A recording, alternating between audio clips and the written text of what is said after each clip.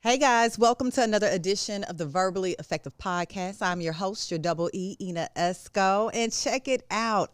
Hey, we're having a big podcasting workshop. It's entitled All Things Podcasting. You can get your tickets today on eventbrite.com. Also, I need you guys to tap in to the Ina Esco YouTube channel to check out all of these wonderful visuals of the Verbally Effective Podcast. You know, this is the podcast that intersects art, culture, politics, entertainment with a Memphis flair. Today, I have a Memphian that you probably know because he's been in this music game a very long time. He is a longtime musician. He plays the piano. He hit the drums. I'm sure he plays more than that on the instrument tip. And he has a huge Valentine's show called Notes and Flow coming up on V-Day. Introducing Mr. Keenan Shotwell. Welcome to the podcast. Glad to have you. How are you? I'm doing good. How are you? I'm wonderful. I see you're trying to spread the love for Valentine's. Trying my best. So how often do you do this show? Actually, this is my first time doing this particular show with Valentine's Day, but I've done a couple of shows under Notes and Flow in the past, doing Black History Month, and I think we did our first one February 2021 at Crosstown. So we had 2 shows at Crosstown. This is my first one at Botanic Garden. So. Oh, at the Botanic Garden. Yeah, okay. yeah. Okay. Well, we're going to get all into Notes and Flow. We're going to start at the beginning, Keenan. Okay. What part of Memphis are you from? Whitehaven. Whitehaven. I'm almost like a crossbreed a little bit because Okay. I'm between Whitehaven and the Westwood area. Okay. You know, so it's in that area. Give me a little intersection. Streets. Oh, Lord. Like Hillbrook and Neely. I know where that's at. Yeah, right over there where Big Star used to be at back in the day. Yeah. Okay. And you know what? I have so many Verbally Effective podcast guests that are from Whitehaven, and there's so much pride surrounding that community. Tell me about growing up in Whitehaven. Hey, it was fun for me, you know. Made a lot of friends there. A heavy, like, music community because Fairleigh High School was, like, right down the street pretty much. With Reverend Robert Matthews and all of that. Mm-hmm. So a lot of musicians was birthed from that place, you know. So by me being in the area, I was able to be around a lot of great musicians. And check it out. I went to Lemoyne on with his son, Robbie Matthews. Wow. Yes. Very talented. That's my guy. Yeah. Wow. Okay. So did your love for music start early? It did. I was playing drums since I was 3 years old. Okay. Who got you into them drums? Your mom? My mom and my dad. I think I got the drums from my dad's side. He played drums as well as my uncle, and they were singers. So I don't know how the singing thing jumped over my head. I didn't get that part. But, of course, with the drums, and it just went from there. And my mom, she was like the minister of music at my home church. So I was able to be around music all my life. Wow. So you were very active in your church on the music side. Mm-hmm. So how did that develop throughout you growing up? Just, you know, your mom will make you go to church 3 times a week. You know, you got Bible study, you got service, you got 3 o'clock programs. So I was always, ingrained in of course, in high school and even junior high, I was in a marching band and things like that. So I was always into music. And always on the drums? Always on the drums, yes. Okay, okay. So let's fast forward to high school. Okay. So you're still involved in music. Yes. And what other activities did you like to do? You know, I played basketball a little bit. Even Come on, Hooper. I was a little too short for it, but I had the backyard ball, you know what I mean? You know? And I love sports. So outside of music, I've always kind of that guy. And then I was also like a painter at one point in my life. Okay. Yes, I was doing like a lot of drawings and things like that. Well, if you were doing it back then, it's still in you. It is. It's been a long, long time. Yeah, but it's still there. Okay, so what happened after you graduated high school? I went to Shelby State Community College at the time. That's when I really started getting into piano. I actually started getting into piano like at the age of 16. And so I had like a scholarship at Shelby State Community College for piano. And so I started a lot of theory and jazz. Jazz was big for me in classical music. So I just kept, stretching the limits on it, Wow. So what made you get into piano? Because I know you were heavy on the drums. Yeah. Well, maybe me get into piano. Well, it's a funny story because I was playing drums at my church at 16. So the musician that we had at the time called it last minute, said he couldn't make it. And so by my mom being the minister of music, she's like, we got to find a musician. Hey, show Keenan these chords. I'm like, yo, I don't. I have no desire of playing the piano. So he showed me the chords anyway because my mom had gone, put a foot down. So that's how I started. Mm-hmm. And so that was one part of it. But then I attended this church called Faith Temple. And I met this guy named Derek Jackson, like a legend here, just overall, the greatest in my eyes. And when I heard him do his organ solo, I was like, yo, I want that. I want that right there. And so I think by me watching him, and I took some lessons from him, it just kind of went forward from there, you know. So he really gave me a whole new light of where music can go versus just box things. So that's been my template. Yes. Now, you have worked with some major superstars over the years. Tell me about some of those experiences. I know Melba Moore, Kirk Whalum, and plenty more. Yeah, it was good. My first one was Melba Moore, and, you know. How did that come about? Well, it's a guy named Taz. He was the music director for her concert, and she did the concert at, can't think of the building right now. Oh, GPAC. And he like, hey, man, we need a keyboard. I'm like, cool, you know. So when she walked in, I'm starstruck, like, yo, this is Melba Moore. Melba Moore. You know, this was legendary. Yeah, and she wasn't playing no games either, you know. Like, she knew her music. And so I'm like, okay, that was a big deal for me. As well as Kirk Whalum. I've been on Kirk for a while, but we shared the stage together a couple times, and just one of the nicest guys you ever want to meet, and a brilliant musician. As well as DeDe Bridgewater. I think that was a major deal for me because that's my first tour. And so she just taught me a lot about the ins and outs of music, you know, the business, watching her and how she conducted and how you had to be diverse and you had to reach all people. So I took that as like templates. Like I want that vibe, you know? Yeah. And so it's been pushing me ever since. So I really was like, really encouraged me to do my own thing because I was watching her like, okay, you know, if she could do it, I could do it. You know, same as Kirk. If he can do it, I can do it. So I'm glad you mentioned the business side of music because so many artists have been screwed, you know. Tremendous. You know, that's just historical facts. And, you know, a lot of people, they want the glitz, the glamour. They want to be on the stages, and they'll take anything on a deal just to be on that stage. So tell me how important it is to have your business together as a musician. It's huge. I mean, because if you don't read, you know, you're done. You know, and it's the little writing, you know. They're going to show you the big writing, capitalized, like, okay, this and that, it looks attractive, but it's that fine line of writing that you miss. And so I think it's just important to, you know, study your craft. Like if you're a songwriter, you need to know what copyrights mean. You need to know what publishing mean, you know. And for me, I'd rather just do my own thing so that I can control my own destiny, you know, versus, because you just never know, because somebody got to pay somebody. Okay. Somebody got to pay somebody. Somebody got to pay somebody. Yeah. And if you're not owning your stuff, I mean, you're just a toy. Yeah. You know what I'm saying? So it's like, you know, learn as much as you need to learn about the music business. Like they say, the show. Business side. There's a show and there's a business. Yeah. You know what I'm saying? So. Yeah. So let's talk about when you went off on your own. You said, hey, if they can do it, I can do it. What did that look like for you? Scary, to be honest with you. But I've done a lot of studying, you know, and just gleaning from a lot of different people, their production and things like that. I'm like, you know, and even being a part of it, just how they go about working it. Hey, and honestly, you know, you want to create your own legacy too. You know, you don't want it to be like the side guy forever. You know what I mean? Okay. You want your own thing going. So I think with that, and then my age too, because I want to leave a legacy, you know, for my son and, you know, my family members and things like that. So I think that would really be my driving force more so than anything else. That Keenan's just not known for, he's just going to play the piano, you know, or he's going to back up the past, or he's going to play at this venue in Manhattan and whatnot. That he's an accomplished musician, you know, songwriter, producer, and all those different things. Songwriter, producer. Yeah. So when we hear Keenan Shotwell name in these streets, songwriter, producer. Come on, Keenan. Okay. So let's talk about this because I've interviewed quite a few musicians and worked with a lot of musicians on shows from Memphis. And one of the resounding themes has been that artists don't get support here in their home city. Is there any truth to that? It is. A lot of truth. A lot of truth. Why is that, Keenan? I just think that, you know, our demographics, you know, where we stay, we don't really have a lot of resources. Like a Nashville, we had labels and all those different things. We got stacks. Now we do. Now we do. You know, but we still pressing forward because I still think it's the next level to get to. And of course, you know, with Memphis, when you think of Memphis, who you think of? Elvis.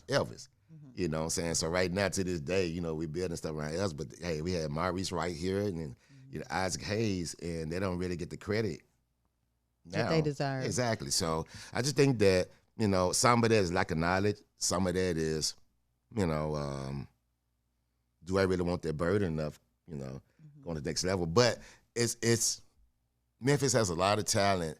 A lot. Tremendous. But I think what messes us up is, hey, I got to get mine. I don't know how you're going to get yours, but I'm going to get mine. Like doggy dog. Yeah, there you go. Versus like, hey, can we do this together? Can we partner up? Hey, it's some things that I know that you may not know and vice versa. So what can we do as a team to make it work? And, going back to the demographics, I really do feel like more resources, more opportunities.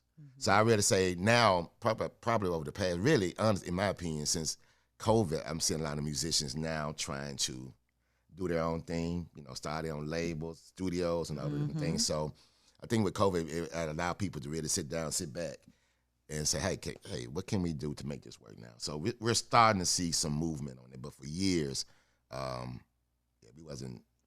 So you've experienced this very thing. Yes, I did. And, what city kind of opened your eyes to know, hey, we really need to collaborate and, there are more resources here? Like, when did you start to realize, hey, Memphis is kind of different? Yeah, very different, very talented, but very different. I would say Nashville, Chicago, New York, of course, L.A., a lot of my partners in music moved to L.A., for a season because they didn't have any opportunities here. You know what I'm saying? So I think they brought that mindset here. But for me, I just watch. I just watch and I read the fine line like, okay, production by, okay. I wonder how to go about doing it, and I studied, and try to bring it back here. Wow. Well, I hope things are changing. We got a whole Memphis Music Commission. Yes. What are they doing? It's making moves now. Okay. It's making a lot of moves. Are you on the commission? I'm about to. Okay. I'm psychic. I'm psychic. Okay. Let's talk about the 2023 Grammys. Did you watch? I did. What was your favorite performance? Yeah, hip hop. The hip hop. I loved it. That was it for me. It was good. Yeah. It was good. I liked the artists that were chosen, and of course, you heard a lot of feedback. So and so should have been in there, but I liked how they did it. They ain't had time to put everybody in it. Exactly right. But it was pretty good. So you a hip hop fan? I love hip hop. Okay. I'm a hip hop baby. Okay, hip hop baby. That's it. Well, are you on the Grammy board? I'm not. I'm in process of making strides on that yet. Okay, so there has been quite a few talks surrounding the Recording Academy on how they select artists. Is it because this person is super talented? Is it how they campaigned? Did they buy their Grammy? People were trying to say Beyonce bought her Grammy. Oh, wow. I was like, not me. Nah, I haven't heard that. I've heard that. They actually had a clip of Diplo they kept going to. As soon as they announced that Beyonce won, you could see him mouthing, she bought that. Oh, wow. And, of course, the camera was right in his mouth. Wow. But Beyonce probably ain't got about nothing because she's super talented. Yeah. She can retire right now. She can retire right now. And she all right. And just go to eat Ibiza or whatever. But there's been a lot of controversy surrounding the Grammys and people not getting their just due on receiving Grammys. How do you feel about the whole controversy? I mean, it's some truth to that. I think the main thing is more of a market now than the music. Fortunately, like with your Beyonce, when you got both sides, it's hard to deny. But if you're not in a certain category, or we don't know the right person, you can get snubbed a lot. Yeah. It's a lot of great, just like, in my opinion, like Legacy, super talented. She's supposed to be 10 Grammys right now to this day. Yeah. She's a pure artist. Has she received one yet? I don't think so. If she have, I don't have the knowledge of it, but she's supposed to have 10. Yeah.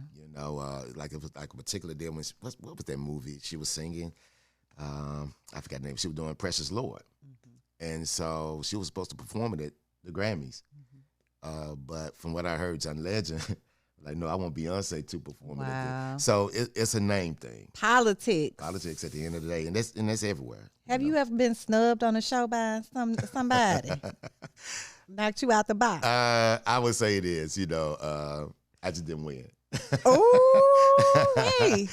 But I just think it's, this is who and at the end of the day, when your product is strong enough, people can't deny it. Cannot deny it. So I just use it as fuel to my fire. Like if I didn't get it, just try harder. Come on, fuel to my fire. I feel that. Yeah. Did you see that Sam Smith performance? Yes, I did. And Kim Petras. Yes, I did. Look, when they came on the screen, when Sam was on that screen with all those little demons, I was like, do I need to say the Lord's Prayer? That part. It gave me demonic vibes. It really did, and definitely, just. They let him just do what they want to do. Yeah, but that just speaks to, the culture nowadays, Yeah. And people would try anything to get out there. Anything. He may love the Lord. Who knows? You know what I'm saying? Lord, Sam Smith has come away. And but it gave me a vibe. I had to cut it down actually. 'Cause I don't want that in my house. I just wasn't expecting that, but I get it. Based on the theme of the unholy title of the song. Y'all was giving us unholy for real. Yeah, I wasn't with that. Yeah. Somebody that was going that was interesting. But I did love the Grammys. I heard that you love jazz, right? Yes. Samara Joy. What do you think of her? I've been following her for like the last 2 years. The future. She's the future. She's really the now. But her voice is amazing. Yes, and she's making jazz music cool and acceptable again. Especially being African Americans. And so young. Yeah, and we missed that. I think we missed it for a while, being like, okay, this is our music, y'all. We got to protect our music. Don't let nobody else get our music. This is our music. So I think it was great to see her accept that award. Yeah. This is our music. Let's talk about that, the whole jazz genre. What does that look like these days? I know Samara is kind of leading the forefront now, especially winning that Grammy. But I've heard a lot of different things throughout the history of jazz. Where are we today with jazz music? I think we're on our way back, to where it should be. And of course, it's a hybrid now with Robert Glasper now mixing jazz and hip hop. What do you think about that? I love it. Okay. As long as it's moving forward. He's a Grammy winner, too. He is. That's my Super guy. talented. He on them keys like you. Oh, yeah. He's another guy. Yeah. And then you have like your, Herbie Hancock staying relevant. So I really do feel like, and, even with music now, you're starting to hear like little like influences of jazz, like Kendrick Lamar. You can hear a lot of jazz in the stuff now. Yeah. So I think it's really seeping back into the culture. Did it at one point lose its way? Oh, yes, it did. What happened? Pop. They tried to claim the jazz? It was the new pop. Yeah, jazz was pop back then, But when we started getting to rock and roll and all those different things, it got diluted, But it just came from jazz. But you know what? That kind of speaks to how we talked about the controversy with the Grammys. Even other... I guess different award shows with how they categorize the different genres. So why is there not like just this whole separate, where we don't have to fuse the jazz and the pop? Like, you nominating, for example, Nicki Minaj for a pop song, like, and she's straight hip hop, like, things like that. It kind of blur the lines. Yeah. So you said we're getting back for the jazz. Yeah, we are. I think so. And honestly, I guess my mission, I just want to decategorize genres altogether. 'Cause I think sometimes that, you put yourself in a box, you can't be creative. I may not want to do a jazz till one day. I may want to do a gospel song. I may want to do classical. I may want to do R&B. I may want to do pop. But to be free to do it versus like, okay, I'm writing this song, but man, I'm known as a jazz artist. So I got to stay within the umbrella, under the umbrella. You really don't have to. I think it's a choice. Yeah. And you know what? Nowadays, it seems like a lot of, I know you're heavy on who's producing that, production side. A lot of these producers are getting their credit these days. Yeah. Like, they're at the front now. Like, we seeing them at the Grammys. Like, it's not just the talent, the singer, the performer. It's the team behind it. Mm-hmm. So that's a good thing. Yes, it is. Yes. Okay, Mr. Shotwell, let's talk about Notes and Flow. What's going on Valentine's Day? Hey, it's going to be a vibe. I'm telling you, all inclusive. You're going to have your live entertainment with Karen Brown and Jay Buck, Memphis Will, the comedian, hilarious. Food, open bar, DJ, sexy vibe. And so you're getting all that in one setting. You can't beat that. If you go to a restaurant, high-end restaurant, you're going to be paying a certain amount just for food. Mm-hmm. And then, okay, what's next after that? You got to be creative and find somewhere else. But with my event, you're getting all that in one setting. One setting on Love Day at the Botanic Garden. Yes. Karen Brown. Yes. We got the comedian. Yes. Memphis Will. Memphis Will. J We Buck. got J Book, my That's my boy guy J there. Book. What's up, J Buck? Keenan Shotwell. So you gonna be over there Yes. and on drums? Nah, I'm not gonna can't touch do the drum. both. I got people. I got You got a band for that. you got yeah. the whole band. So Keenan Shotwell, you got a band. Yes. What is it called? The Keenan Shotwell Experience. Okay, the Yep. Keenan And Shotwell so Experience. on drums is Anthony Knox. I know Ant. Yeah, that's my guy there. Okay. That's my guy there on bass. Doc Sumba. Steve Bethany on guitar. Mr. Bethany. Yes. Okay, Brian great. Lockhart on sax. Oh, that's gonna be a nice show. uh-huh. A nice show. And Lance Lucas on the ox keys and stuff like that. So it's gonna be a good vibe. A great experience for Yes. Lovers Day. I know a lot of people are looking for different things to do on Valentine's Day. Yeah. So That's what pushed me to do it, because I was one of them guys, right? Like we can't give our women flowers all the time. We got to be creative. I'm like, what can we do? So it just dropped on me. I'm like, let's roll with this, okay. And how can everyone get tickets? Eventbrite, and just type in Notes and Flow or my name, and you should be able to get it. You need to get it fast because it's selling quick. Yeah. Yeah, Valentine's around the corner. Get your Tuesday. tickets on Eventbrite. Mr. Shotwell, repeat after me. Okay. Amen. Say mine. Amen. Say man. Okay, with the Whitehaven. Come on with it. Okay, come on, Whitehaven. Tell me one thing that you're absolutely great at, and tell me one thing that you're not. Oh wow, that's a good one. I think I'm great in terms of being relational with people. I really think I do a good job because that's my intent. I want everybody to be happy, I get that vibe from you. Yeah. Because we just met today. Yeah, exactly. And it's a good vibe. Yeah. So, Good energy. Yeah, I appreciate that. So I think that's my thing in terms of my character. I try to be the best person I could be for people. And from a musician standpoint, I think I'm pretty good in terms of. Pop yo. It'd be kind of hard for me to do that. I think I'm pretty good at finding talent, pulling out the potential in people, the best them in the studio, like, hey, I think you could do this, So I think I'm pretty good at that. Okay. Yeah. In terms of what I'm not good at, Yeah. I hate talking. You do. I'm an introvert. Okay, so Jay got you coming out here doing some me. Yes, Okay. I'm an introvert, but I love it. You're doing a great job. Thank you. Yeah, but I'm better now than what I was back in the day. Yeah, I'm kind of more in the middle now. I can do the introvert thing, but I can flip and do. But the guess what? extrovert. The more you do it, the better you get. You're right. Yeah. You're right. Okay. All right. Repeat after me. Amen. Say mine. Amen. Say mine. Tell me about your best Valentine's Day you ever had, and tell me about your worst. Oh man, You know. my best Valentine. You know what it was. It was different experiences. Okay. But my worst Valentine would be You probably forgot to do something you was supposed to do. right. Yeah, it was something that I ordered, and it was supposed to arrive the day before. It never did arrive, so I was really hanging my hat on. This gonna be the bomb gift. Like, man, just blow our socks off. Nothing. So I had to run around, try to make it work, and I actually created this. I created this gift bag full of chocolate and her favorite drink, and it had strawberries and stuff like that made. So I had to make it work at the last minute. Well, that sounded nice too. Yeah. So she didn't even know. Not at all. Did that gift come in? Yes, it did. Okay, that was like a part two. Yeah, part. Yeah. Well, you know, Valentine's Day coming up.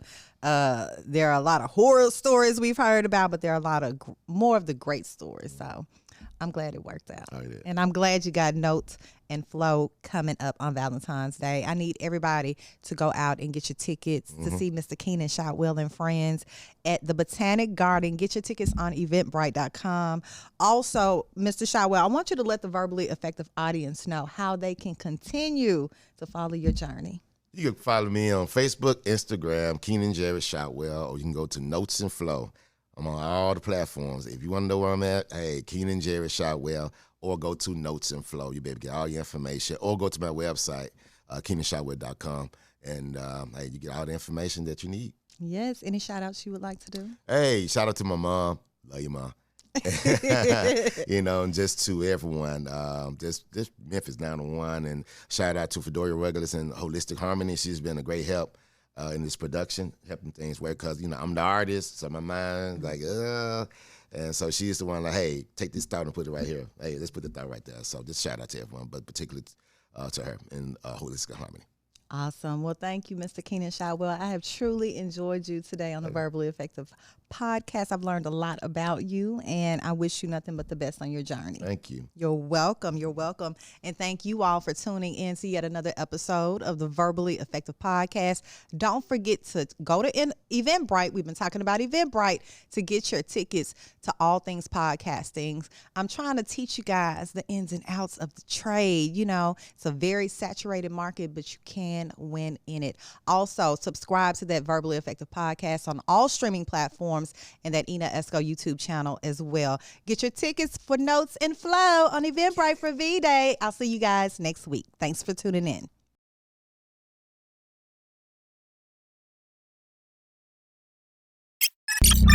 This is the Spotlight Podcast Network.